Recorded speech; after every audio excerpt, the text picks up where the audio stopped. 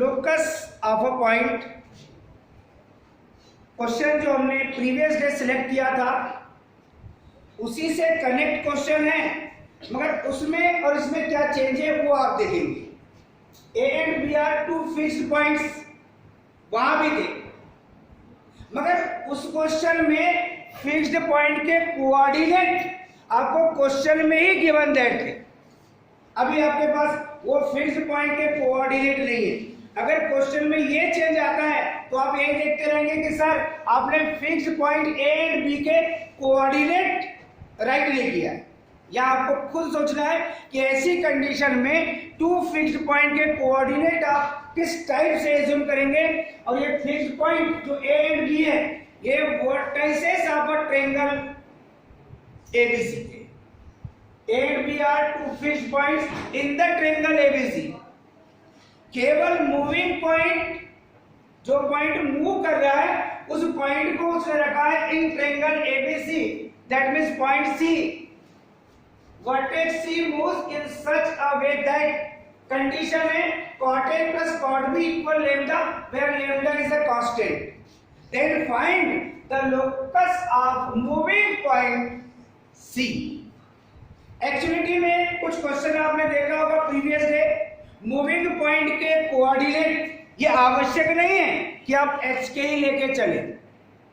आप स्टार्टिंग से भी मूविंग पॉइंट के कोऑर्डिनेट एक्स वाई ले सकते हैं। अगर स्टार्टिंग से ही आप मूविंग पॉइंट के कोऑर्डिनेट एक्स वाई लेकर चल रहे हैं तो लास्ट में आपको रिप्लेस करने की आवश्यकता नहीं पड़ती। मगर एक्चुअल मेथड यही है। हम आपको स्टार्टिंग से एक्स वाई लेने के लिए क्यों बोल रहे हैं? कभी कभी किसी क्वेश्चन में, उस दिन लेक्चर में आपने सुना होगा, कंडीशन के अकॉर्डिंग आपको हो सकता है एच के टर्म में या के टर्म में आपके पास क्वेश्चन में ही कोई कंडीशन है, तो उसको तो आप बदल नहीं सकते, उसको आप चेंज नहीं कर सकते। ऐसी कंडीशन में हम स्टार्टिंग से ही मूविंग पॉइंट के कोऑर्डिनेट एक्स वाई लेकर चलते हैं। और नहीं, मान लीजिए x के टर्म में ही कोई सिचुएशन आपके पास कंडीशन में ही है और आप x के ही एज्यूम कर रहे हैं मूविंग पॉइंट के कोऑर्डिनेट, तो वो आपको क्वेश्चन एक्चुअलिटी में रॉन्ग हो जाए। इस बात पे ध्यान दीजिए, अगर क्वेश्चन में जो कंडीशन लिखी है उसमें वो चीज जो आप एज्यूम कर रहे हैं वो अगर है उसको आप मत लिखिए। अब स्टार्टिंग से ही x के लेके चलिए, सॉरी एक्स वाई लेके चलिए।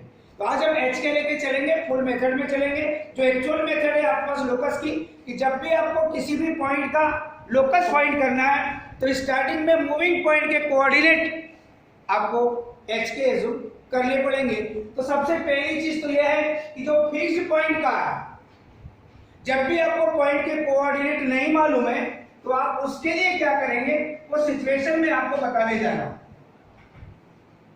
पहले आप एक्सिस ड्रा कर लीजिए, X axis and Y axis.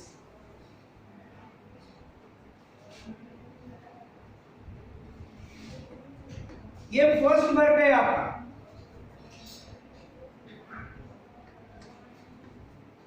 और ये परपेंडिकुलर का सिंबल आप देते ही नहीं है, ये सबसे बड़ा वीक पॉइंट होता है आपका। X axis and Y axis perpendicular each other, और जिस पॉइंट पे इंटरसेक्ट करते हैं उस पॉइंट के कोऑर्डिनेट आपको राइट करके देना है, जो कि 0 0 है, जिसे आप ओरिजिन कहते हैं।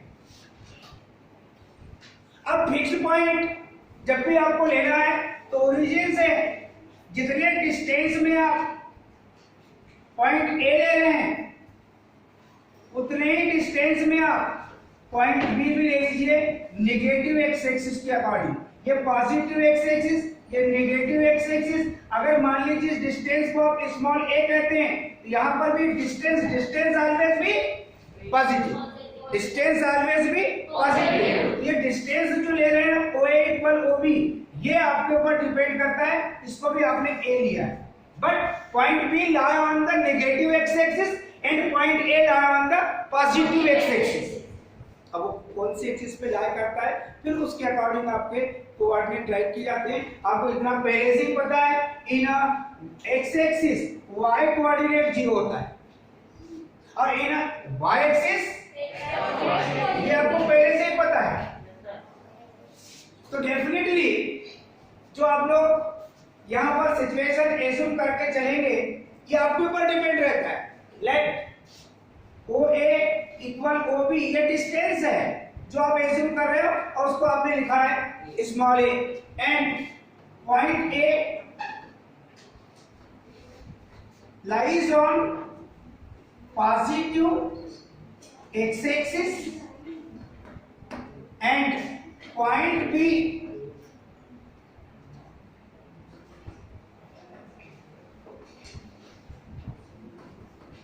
lies on negative x-axis। इसके अकॉर्डिंग पॉइंट ए के लिए आप देख रहे हैं, पॉइंट ए के लिए OA जो डिस्टेंस है उसको आपने स्मॉल a जूम किया है और पॉइंट ए पॉजिटिव एक्सिस में लाई कर रहा है। दैट मींस इसके कोऑर्डिनेट क्या होंगे आपके पास? x कोऑर्डिनेट तो आपके पास a होगा, बट y कोऑर्डिनेट क्या होगा? ये 0 होगा। ये क्वेश्चन में नहीं है, मगर क्वेश्चन अब पॉइंट ए के कोऑर्डिनेट जो प्रीवियस डे आपको हमने पढ़ाए थे उस प्रीवियस डे के अकॉर्डिंग पॉइंट ए के कोऑर्डिनेट आपको फाइंड हो गए, और पॉइंट बी के कोऑर्डिनेट यदि आप देखेंगे, डिस्टेंस आपके पास OB की वैल्यू स्मॉल a है, but point B lie on the negative X axis, then coordinate of point B is minus a, 0, क्योंकि इस पूरी एक्स एक्सिस में y कोऑर्डिनेट आपके पास 0 है। ये वही फिक्स पॉइंट है जो प्रीवियस डे आपके पास क्वेश्चन में ही गिवन थे।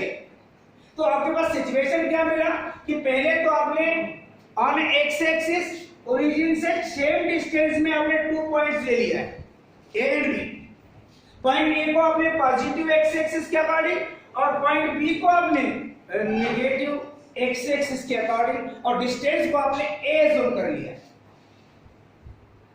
आप अदर पी भी ले सकते हैं, कोई भी कांस्टेंट टर्म ले सकते हैं, ऐसा कुछ नहीं है, मगर जनरली अपन ए सब अल्फाबेटिक ए पहले आता है तो हम ए को ही लेते हैं, ऐसा अपन सिचुएशन लेकर के चल रहे हैं। अब आपके पास ट्रायंगल मेक करने के लिए पॉइंट सी फर्स्ट क्वाड्रेंट में भी लाई कर सकता है, पॉइंट सी सेकंड क्वाड्रेंट में भी लाई कर सकता है, पॉइंट सी थर्ड क्वाड्रेंट में भी लाई कर सकता है, पॉइंट सी फोर्थ क्वाड्रेंट में भी लाई कर सकता है, कहीं भी लाई कर सकता है, क्योंकि वो मूविंग पॉइंट है, वो कहीं भी मूव करते हुए कहीं भी हो सकता है। हम अभी उसको फर्स्ट क्वाड्रेंट पे ले रहे हैं और उस पॉइंट को हम कह रहे हैं आपके सामने ये सी।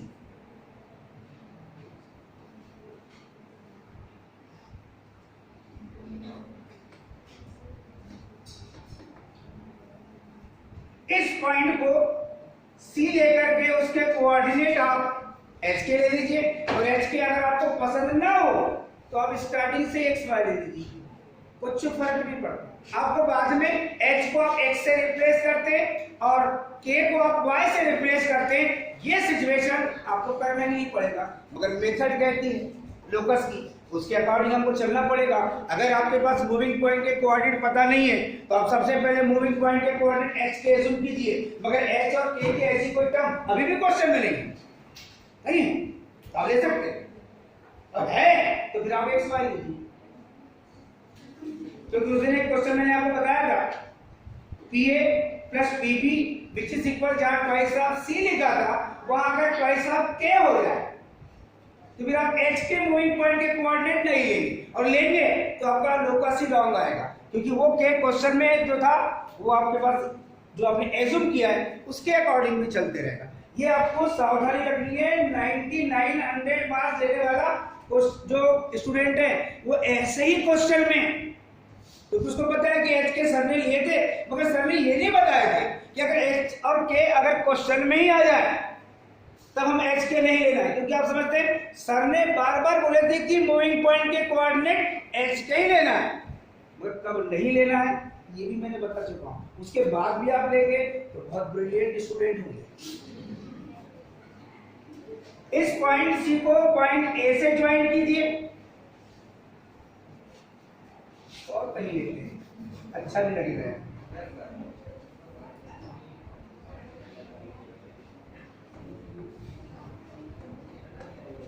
पॉइंट सी को पॉइंट ए से ज्वाइन कर दो, पॉइंट सी को पॉइंट बी से ज्वाइन कर दो।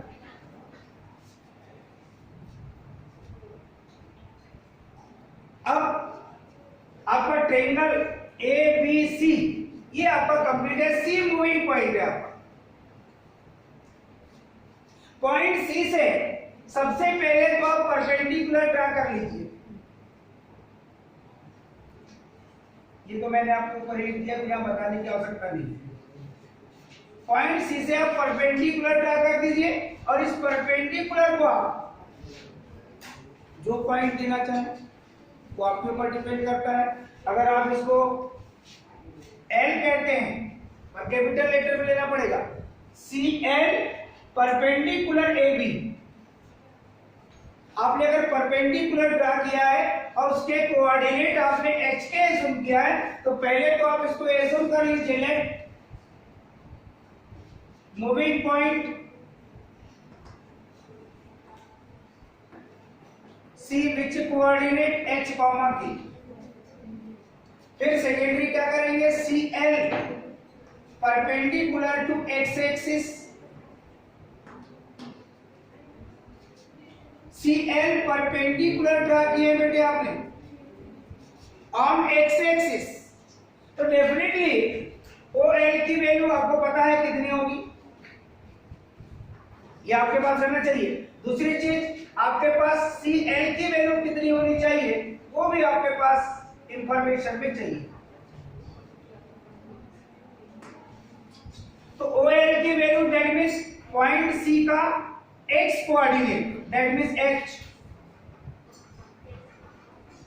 और सी एल की meaning that means point C का वाई कोऑर्डिनेट दैट मीन्स के। ये इंफॉर्मेशन कौन सा डिस्टेंस किस बात को रिप्रेजेंट करता है ये आपके पास चाहिए। तो यहां पर जैसे आपने परपेंडिकुलर ड्रा किए, ये परपेंडिकुलर का सिंबल है, तो इसकी मीनिंग हो जाएगी आपके पास O L equal H and C L equal ये डी। आपके पास इतना पता है कि पॉइंट ए के कोऑर्डिनेट a0 है, पॉइंट बी के कोऑर्डिनेट आपके पास -a0 है, ये ऊपर राइट किए हुए आपने, और पॉइंट सी के कोऑर्डिनेट आपने जो एज्यूम किया है h के वो भी आपके पास। अभी कंडीशन हमने कुछ स्टार्ट नहीं किया है, अब आप देखेंगे कि आपके पास OA कितना है। Since OA equal OB equal ये आपके पास स्मॉल a है, ये लिखा है आपके पास टॉप पे। अगर OA की वैल्यू आपके पास स्मॉल a है और OB की वैल्यू ये भी आपके पास जो डिस्टेंस है ये स्मॉल a है, तो आपको अब चाहिए AL यहां से, और दूसरी चीज आपको यहां से चाहिए BL। ये जो एरो मार्क लगा रहा हूं ये डिस्टेंस आपको चाहिए, तो सबसे पहले तो हम फाइंड कर लेते हैं AL। आपके पास देखिए जितना आपके पास OA है उसमें से अगर आप OL को सब्सट्रैक्ट करते हो, OA में से अगर OL सब्सट्रैक्ट करते हो तो आपको AL फाइंड होगा।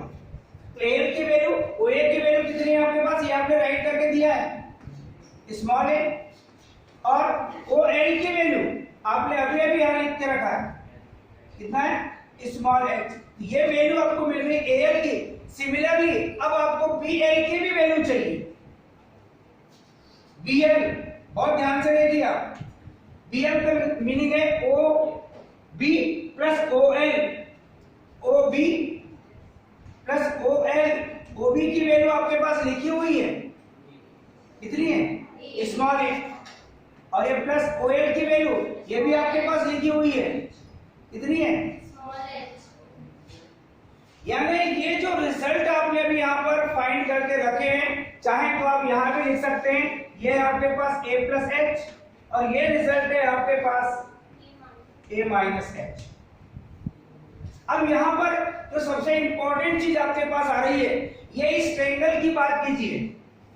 ये तो फुल ट्रायंगल है आपके पास, इस राइट एंगल ट्रायंगल को देखिए आप A L C को, और एक राइट एंगल ट्रायंगल देखिए आप B L C को। यहाँ two right angle triangle make हो गए जिसमें इसकी मीनिंग है एंगल A, इसकी मीनिंग है आपके पास एंगल B। और जितने भी ट्रिग्नोमेट्रिक रेशियो होते हैं बेटे वो ओनली राइट एंगल ट्रायंगल के लिए होते हैं। 6 ट्रिग्नोमेट्रिक रेशियो है आपके पास, और 6 ट्रिग्नोमेट्रिक रेशियो की अगर बात कर रहे हैं आप तो आप समझ लीजिए कि राइट एंगल ट्रायंगल के लिए ही आपके पास ट्रिग्नोमेट्रिक रेशियो होते हैं, और जो रिलेशन आपके पास है वो है आपके पास cot A plus cot B which is equal lambda. चाहे तो उस रिजल्ट को यहाँ पर अकॉर्डिंग टू क्वेश्चन आप लिख के रख लीजिए। cot A ये ऑब्जेक्ट कहलाता है cot A plus cot B which is equal lambda, where lambda equal constant. ये बताना पड़ेगा कौन सा फैक्टर आपके पास कांस्टेंट है। हो सकता है कि जहां लेमडा लिखा है वहां पर हम क्वेश्चन चेंज करके h लिख दें, और where h is a constant k लिख दें, और वो लिख दें k इज अ कांस्टेंट। अब उसके बाद भी आप h के एज्यूम कर रहे हैं तो आपसे विद्वान कोई नहीं हो सकता।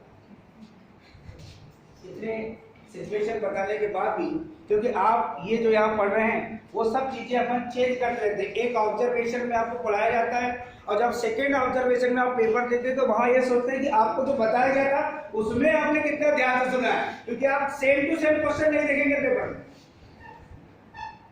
उसको चेंज करते हैं। या तो फिर किसी न किसी डिजिट के अकॉर्डिंग चेंज करेंगे, या तो फिर पॉइंट के अकॉर्डिंग चेंज करेंगे। जैसे अभी आपको पढ़ा है, ये क्वेश्चन लेकर आते और आपको फिक्स पॉइंट देते तो आप बार बार खड़े होते, सर वो फिक्स पॉइंट के कोऑर्डिनेट प्रिंट ही नहीं, सर वो फिक्स पॉइंट के कोऑर्डिनेट प्रिंट ही नहीं है, यही बार बार आपको कहते। मगर हम बोलते कि आप बनाइए, प्रिंट नहीं तो सोचिए क्या हो सकते। उसमें से कोई ब्रिलियंट होता, उसको अगर याद होता, उस पता रहता हाँ A0 और -A0 को फिक्स पॉइंट एक बार हमने देखा था, शायद ऐसा देखते देखते। मगर ये ऑब्जर्वेशन आप लेते कि लेते नहीं होता, फिगर में वो सिचुएशन बताते कि पता नहीं आप लोग को बनती ये 10th नहीं। तो सबसे इंपॉर्टेंट चीज क्या है, ये रिजल्ट में आपको cot A और cot B चाहिए, तो आप ये 2 रिजल्ट्स को फाइंड करने की बेटे आप कोशिश करेंगे। मेनली सबसे पहली चीज इन ट्रायंगल, पहले आप ले लीजिए ALC इन ट्रायंगल, वो भी कौन सा ट्रायंगल है, राइट एंगल ट्रायंगल ALC, और एंगल A है बेटे यहाँ पर आपके पास, और आपके पास रिजल्ट है cot A। ये क्वेश्चन में अभी हम एक ऐसा क्वेश्चन लेंगे जो लगेगा ऐसा ही मगर आपका चेंज रहेगा, थोड़ा चेंज होगा, 90% सेम रहेगा, थोड़ी कंडीशन चेंज करेंगे। यहाँ आपको इसको सिलेक्ट करके सबसे पहले हमने इसलिए दिया है क्योंकि हम cot A की वैल्यू फाइंड करेंगे पहले, क्योंकि ट्रायंगल आपने जो सिलेक्ट किया है cot A, आपको पता है कि cot theta equal base upon perpendicular होता है। जिस एंगल को आप लेते हैं, जिस एक्यूट एंगल की आप बात करते हैं, उसकी अपोजिट साइड वो परपेंडिकुलर होती है, और जो राइट एंगल की अपोजिट साइड है वो हाइपोटेनियस होती है, और जो बच गई साइड वो आपके पास बेस होती है। और आपको पता है कि cot थीटा की वैल्यू या इन प्लेस ऑफ थीटा A है, ये बेस अपॉन परपेंडिकुलर होता है। इसमें बेस क्या है आपके पास, बेस क्या है और परपेंडिकुलर क्या है, दैट मींस cot A की वैल्यू आप नेक्स्ट टाइम कैलकुलेट करेंगे तो AL कितना है आपके पास, ये देखिए AL कितना है A-H, और CL कितना है वो भी आपको फिगर में दिख रहा है। दैट मींस आपने एक रिजल्ट ले लिया, और वो है आपके पास cot A की वैल्यू। अब डेफिनेटली आप cot B भी फाइंड करेंगे तो उसके लिए ट्रायंगल चेंज करेंगे, क्योंकि एंगल भी आपके पास ये है in right angle triangle BLC, और इस राइट एंगल ट्रायंगल के लिए आप cot B फाइंड करेंगे, क्योंकि आपको पता है कि trigonometric ratio right angle triangle के अकॉर्डिंग लिए जाते हैं, अदर ट्रायंगल के लिए होते ही नहीं है, और नहीं है तो राइट एंगल ट्रायंगल पहले मेक करेंगे, क्योंकि एक जो ट्रायंगल आपको ABC गिवन दैट में वो कोई पर्टिकुलर ट्रायंगल होगा, ऐसा कोई नेम नहीं है। जो आपने परपेंडिकुलर ड्रा करके राइट एंगल में कन्वर्ट किए राइट एंगल ट्रायंगल में, उसके सिचुएशन के अकॉर्डिंग cot B, ये भी आपके पास बेस अपॉन परपेंडिकुलर होगा। बेस कितना है आपके पास BL, परपेंडिकुलर वही कॉमन है कौन सा CL। अब आपको ये पता है कि यहाँ पर इसकी वैल्यू क्या होगी, BL की वैल्यू आपने फिगर में भी बताया है और आपने BL की वैल्यू यहां पर भी लिखा है, कितनी है, A प्लस H, और CL की वैल्यू तो वही है आपके पास, कितनी, ये 3। कॉट A और कॉट B की वैल्यू आपने फाइंड किया है, जो रिजल्ट आपके पास क्वेश्चन में गिवन दैट है उसे आपने कह दिया फर्स्ट, अभी जो आपने कॉट A फाइंड किया इसे कह दीजिए सेकंड, और कॉट B की जो वैल्यू फाइंड किया उसे कह दीजिए आप थर्ड। आपको लोकस दैट मींस जो मूविंग पॉइंट सी एच के जिसके कोऑर्डिनेट लिए हैं आपने, हमें उसका लोकस चाहिए। डेफिनेट आप y1 2 एंड 3 वो रिजल्ट पुट करेंगे, y1 2 and 3 in place of cot A की वैल्यू बाय सेकंड आप पुट करेंगे a माइनस h अपॉन के, फिर आपके पास प्लस है तो प्लस हो सकता है किसी क्वेश्चन में चेंज करके माइनस दे दे, तब उसके अकॉर्डिंग वैल्यू पुट करेंगे। कॉट B की वैल्यू है आपके पास में a प्लस h अपॉन के, और विच इज इक्वल, ये आपका कांस्टेंट टर्म लैम्डा। अब इसको कैलकुलेट करेंगे आप एलसीएम लेकर के, h एंड k में आप रिलेशन फाइंड करेंगे। k आपके पास एलसीएम होगा, यहां मिलेगा बेटे a माइनस h प्लस यहां मिलेगा बेटे a plus h which is equal lambda minus h plus h cancel, a plus a twice of a, cross multiplication भी कर दीजिए तो मिलेगा k लैम्डा। दैट मींस इसे आप लिख सकते हैं k लैम्डा या लैम्डा के, पहले कांस्टेंट टर्म लिखिए फिर वेरिएबल टर्म लैम्डा के विच is equal twice of a। अब आपको चाहिए लोकस, जिसके लिए आप यहां पर कैलकुलेशन कर रहे हैं। लोकस मतलब locus of a moving point C।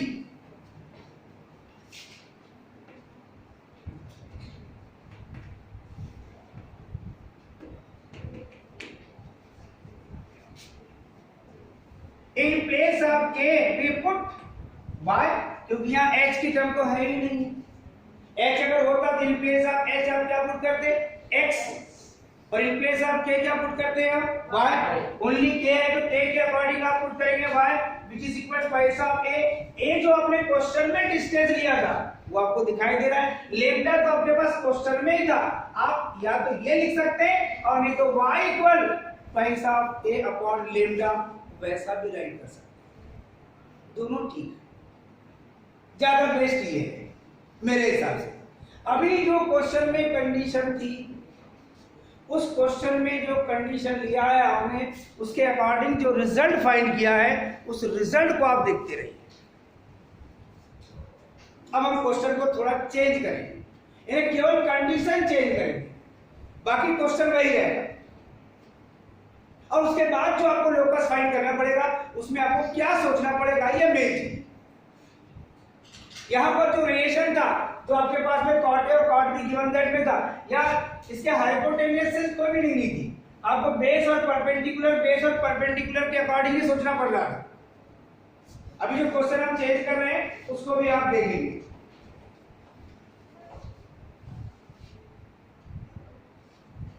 Definitely जो सिचुएशन बेटे आपके पास है उसको आप देखेंगे नेक्स्ट क्वेश्चन के अकॉर्डिंग।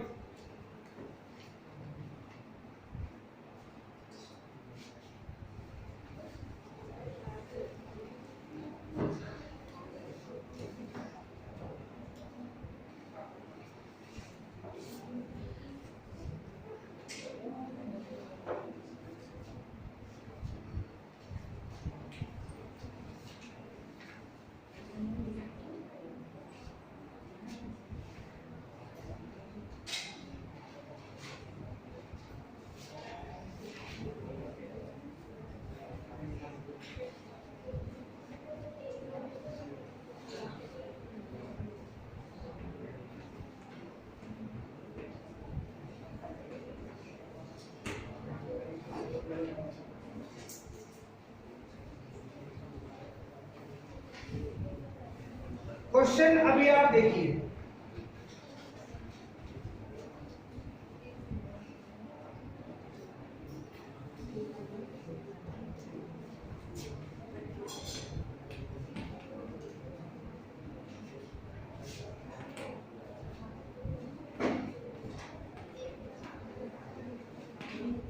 पॉइंट सी को उसने कहा है आपके पास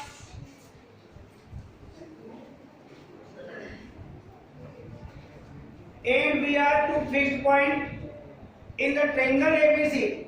Vertex C moves in such a way that angle A minus angle B which is equal theta. Find locus of point C. Point C का मतलब इसको चाहे तो आप vertex C भी कह सकते हैं, ऐसा भी लिख सकते हैं।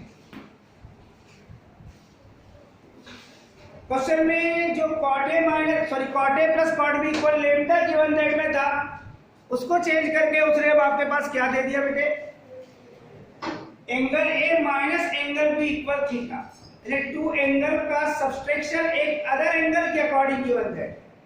ऐसी कंडीशन में आपको लोकस फाइंड करना है,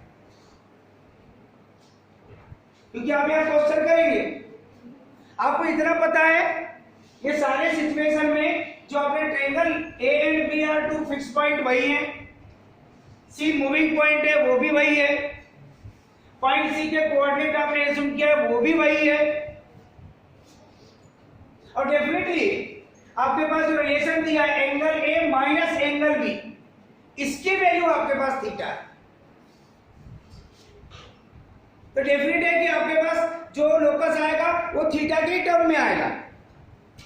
जैसे भी आपके पास लेम्डा था, तो क्वेश्चन में लेम्डा था, अब ए और बी जो आपने लिया है, हो सकता है कि आपको क्वेश्चन जो एग्जाम में पूछा जाए, पॉइंट ए और पॉइंट बी जो फिक्स पॉइंट कहा है, A and B are two fix point which coordinate are a0 and minus a0, ऐसा खुद ही कह दो, तो ये भी टेंशन खत्म हो जाता है कि आपको एज्यूम करना है, जो क्वेश्चन नहीं है। a0 lie on the positive x-axis and minus a0 same distance lie on the negative x-axis। ये वो क्लियर है जिस टाइप से आपको कोऑर्डिनेट गिवन दैट में। अब जो रिलेशन है, अब आप बोलेंगे कि इस रिजल्ट के अकॉर्डिंग ये सारा सिचुएशन यहां तक सेम है, और जो कंडीशन है वो चेंज है, ये चेंज जो आपने रिजल्ट नंबर फर्स्ट का है, angle A minus angle B which is equal theta, और इस रिजल्ट को आप मान लीजिए फर्स्ट है। अब मैंने मान लीजिए कॉट A फाइंड किया, मैंने कॉट B फाइंड किया, बात समझ लो कि नहीं? तो आप भी पूछेंगे सर कॉट ही क्यों ले रहे हैं, टेन ले लीजिए, ऐसा बोल सकते हैं कि नहीं बोल सकते? आप टेन भी ले सकते हो, क्योंकि बेस और परपेंडिकुलर में ही रिलेशन चल रहा है, इससे हमको कोई मीनिंग नहीं है हाइपोटेनियस से, क्योंकि इसका कोई वैल्यूज नहीं है और उसकी कोई आवश्यकता भी नहीं है। जहां आवश्यकता होगी वहां लेंगे हम, यहाँ पर कोई आवश्यकता नहीं है। तो आपको बेस और परपेंडिकुलर, बेस और परपेंडिकुलर में रिलेशन है, तो आप टेन भी फाइंड कर सकते हैं, हम cot A cot B find कर लिए, कोई आपको प्रॉब्लम है? आप टेन भी फाइंड कर सकते हैं, कोई दिक्कत नहीं है, उससे भी वही आएगा, कोई प्रॉब्लम नहीं है। मैं cot A cot B find कर लिया, देखते हो मेरे को प्रॉब्लम क्या जा रही है, वो बाद में दिखेगी आपको। अब ये जो क्वेश्चन आपने सिलेक्ट किया बेटे, उसमें आपके पास ये जो रिजल्ट कॉट A और कॉट B के जो आपने फाइंड किए हैं, और यहां जो लिखा है आपने, यहां से कैलकुलेशन चेंज होगा, ये देखिए कॉट A भी आपको वैसे ही फाइंड करना है, कॉट B भी आपको वैसे ही फाइंड करना है। हो सकता है कि मैंने cot A cot B find किया हो तो मेरे को प्रॉब्लम जा भी सकती है, मगर जो कंडीशन है वो मैं आप लिखूंगा, since A minus B angle A minus angle B में शॉर्ट भी ऐसा लिख रहा हूं, चाहूं तो मैं एक बार ऐसा लिख दूंगा, ये थीटा है। अब मैंने अगर कॉट फाइंड किया है तो बोथ साइड कॉट यूज करूंगा, और यदि मैंने टेन के रिजल्ट फाइंड किया हूं तो मैं यहाँ टेन यूज करूंगा बोथ साइड, और उसके अकॉर्डिंग ट्रिग्नोमेट्री जो पढ़े हैं उसके फार्मूले यूज करूंगा, A माइनस B। यहाँ मैं क्या यूज करूंगा, क्योंकि मैंने पहले से कॉट निकाल चुका है, चाहे तो आप टेन से भी कैलकुलेशन कर सकते हैं। बेस और परपेंडिकुलर में अगर रिलेशन देखें तो आपके पास टू ही ट्रिग्नोमेट्रिक रेशियो हैं, या तो टेन के अकॉर्डिंग या तो कॉट के अकॉर्डिंग, वो आप स्वतंत्र हैं, कोई भी फाइंड कर सकते हैं। किस किस में रिलेशन है, हो सकता है किसी क्वेश्चन में अगर परपेंडिकुलर और हाइपोटेन्यूज के बिटवीन कोई रिलेशन आपको लग रहा हो तो फिर आप कॉसेक भी ले सकते हैं, साइन भी ले सकते हैं, और बेस अगर हाइपोटेन्यूज के अकॉर्डिंग हो तो आप सेक भी ले सकते हैं, कॉस भी ले सकते हैं। वो तो क्वेश्चन की कंडीशन कहती है कि आपको क्या लेना पड़ेगा। तो मैंने कॉट की value, cot A cot B की वैल्यू क्यों निकाल रहा हूं वो मेरे को यहां पता चलेगा। बोथ साइड में कॉट यूज कर रहा हूं, cot A minus B which is equal cot theta. अब कॉट ए माइनस बी का फार्मूला आपको ट्रिग्नोमेट्री के अकॉर्डिंग लर्न होना चाहिए, और मैं पूछना भी चाहूंगा कोई भी स्टूडेंट बताए कॉट ए माइनस बी का फार्मूला, और जो बताएगा राइट वो मेरे नजर में सबसे अच्छा स्टूडेंट होगा। सेल्फ कोई बोल सकता है, कॉट ए माइनस बी का फार्मूला आप में से कोई भी बोल दे, द बेस्ट स्टूडेंट कहलाए। और नहीं वहां बोल रहे 1 plus cot A into cot B upon cot A minus cot B. 1 plus cot A into cot B upon cot A minus cot B. हाँ बोल बेटे। cot A cot B plus 1 upon cot B minus cot B. Very good. हमें ऐसे ही student की तरह से cot A into cot B plus 1 upon cot B minus cot A. अगर कॉट ए प्लस बी होता तो cot A into cot B minus 1 upon cot B plus cot A लिखो या cot A plus cot B लिखो, उसमें कोई दिक्कत नहीं है। मगर हम cot B plus cot A के अकॉर्डिंग लर्न करते हैं, क्योंकि जब कॉट ए माइनस बी का फार्मूला राइट करते हैं तो जहां पर माइनस था वहां प्लस, और जब प्लस था वहां माइनस राइट कर देते हैं। तो एक ही सिस्टम में उनके फार्मूले को लर्न करते हैं। यहाँ जो फार्मूला मेक हुआ है राइट हैंड साइड में कितना है बेटे, यहाँ राइट हैंड साइड में कितना है, यहाँ कॉट थीटा। यही बात समझी। अब कॉट ए कॉट बी की वैल्यू आपने पहले ही फाइंड करके रखा है। अगर आप यहां टेन ए और टेन बी की वैल्यू फाइंड करके रखते तो यहां पर आपको टेन ए माइनस बी का फार्मूला यूज करना पड़ता, और टेन ए माइनस बी का formula tan A minus tan B upon 1 plus tan A into tan. अब इस फार्मूले को यूज करते, यानी आपको पहले अगर हमने ट्रिग्नोमेट्री पढ़ाए तो उसकी कोई मीनिंग है कि आगे जो चैप्टर हम पढ़ रहे हैं उसमें ये प्रीवियस फार्मूले आपके यूज होते रहेंगे, उसकी वही मीनिंग है, बाकी कोई मीनिंग नहीं। अगर आपने पहले परम्यूटेशन कॉम्बिनेशन पढ़ा है तो उसका यूज उसके बाद वाले चैप्टर बाइनोमियल थ्योरम में होगा ही, इसलिए उस कनेक्शन में आप चलेंगे। तो हर वो चैप्टर जो पहले पढ़े हैं उसका कनेक्शन अगले चैप्टर से रहेगा ही डेफिनेटली। यहां पर आप कैलकुलेशन करेंगे, कॉट ए की वैल्यू देखिए बेटे आपके पास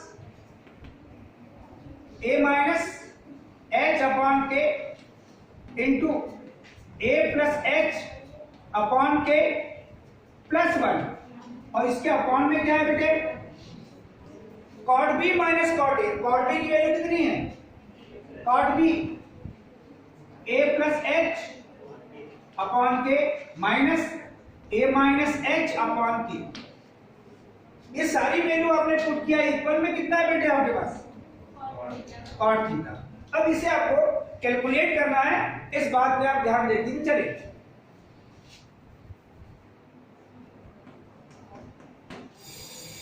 अब डेफिनेटली यहां पर आप कैलकुलेशन करेंगे तो a minus H into A plus H, क्या आइडेंटिटी मेक हो रही है आपके पास a minus B A plus B से डायरेक्ट लिख सकते हैं आप A square minus H square upon में इसका कितना है बेटे k into K, that means k square, और यहां पर है आपका प्लस 1 अपॉन में कुछ नहीं तो 1, और ये पूरे के अपॉन में आप देखिए।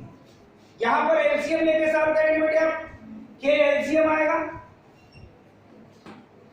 यहां a प्लस एच फिर माइनस साइन, और ये ब्रैकेट में रहेगा बेटे a माइनस एच, अगर ब्रैकेट यूज नहीं करेंगे तो टोटली क्वेश्चन आपका रॉन्ग हो जाएगा। विच इज इक्वल क्या है बेटा आपके पास, cot थीटा। डेफिनेटली यहां फिर सॉल्व करेंगे आप, a square minus h square plus k square और अपॉन में बेटे आपके पास है k स्क्वायर, एलसीएम लेके सॉल्व किया है। सिमिलरली यहां भी एलसीएम में आपके पास k जो लिया है इसे कैलकुलेट करेंगे तो a plus h minus a minus minus multiplication मिलेगा प्लस h। अब कैलकुलेशन करेंगे तो ये minus a plus a cancel और विच इज इक्वल क्या है बेटे आपके पास, cot थीटा। डेफिनेटली यहां पर आप देखेंगे k न्यूमेरेटर में जाएगा तो k into in brackets a square minus h square plus k square upon देखेंगे आप ये k स्क्वायर और इनटू में कितना आएगा h प्लस h भाई साहब h और विच इज इक्वल कितना है आपके पास, ये cot थीटा। अब आगे कैलकुलेशन जब करेंगे उसको देखिए आप, यहां से चलेंगे बेटे आप, यहाँ k स्क्वायर और अपॉन में आप न्यूमेरेटर में k और अपॉन में क्या है k स्क्वायर, तो मैं इसको यहीं से हटा देता हूं, यहां मिलेगा बेटे ओनली आपके पास k। अब डेफिनेटली क्रॉस मल्टीप्लिकेशन करेंगे आप तो आपको क्या मिलेगा, a square minus h square plus k square which is equal पैसा k cot थीटा, पैसा h के cot थीटा।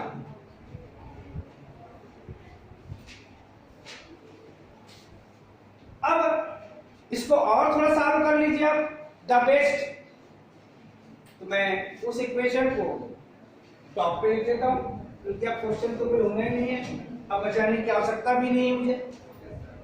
डेफिनेटली मैं सारे वेक्टर h स्क्वायर और k स्क्वायर वाले टर्म्स को राइट हैंड साइड में ट्रांसफर कर देता हूं, a स्क्वायर कांस्टेंट को वही रहने देता हूं या फिर उसका भी ट्रांसफर कर देता हूं। तो फर्स्ट टाइम h स्क्वायर जो नेगेटिव था उसे ट्रांसफर किया राइट हैंड साइड में पॉजिटिव, माइनस ये प्लस वाला वेक्टर और लिख देता हूं भाई साहब h के cot थीटा और ये माइनस k स्क्वायर और ये a स्क्वायर भी पॉजिटिव है, ये भी ट्रांसफर करूंगा तो minus a square which is equal 0। Left hand side की सारी टर्म मैंने राइट हैंड साइड में ट्रांसफर कर दिया और अब मैं लिखूंगा locus sort. In place of h में पुट x स्क्वायर प्लस भाई साहब x y into cot theta minus in place of k में put y that means y square minus a square which is equal 0 या equal में a square भी right कर सकता हूं।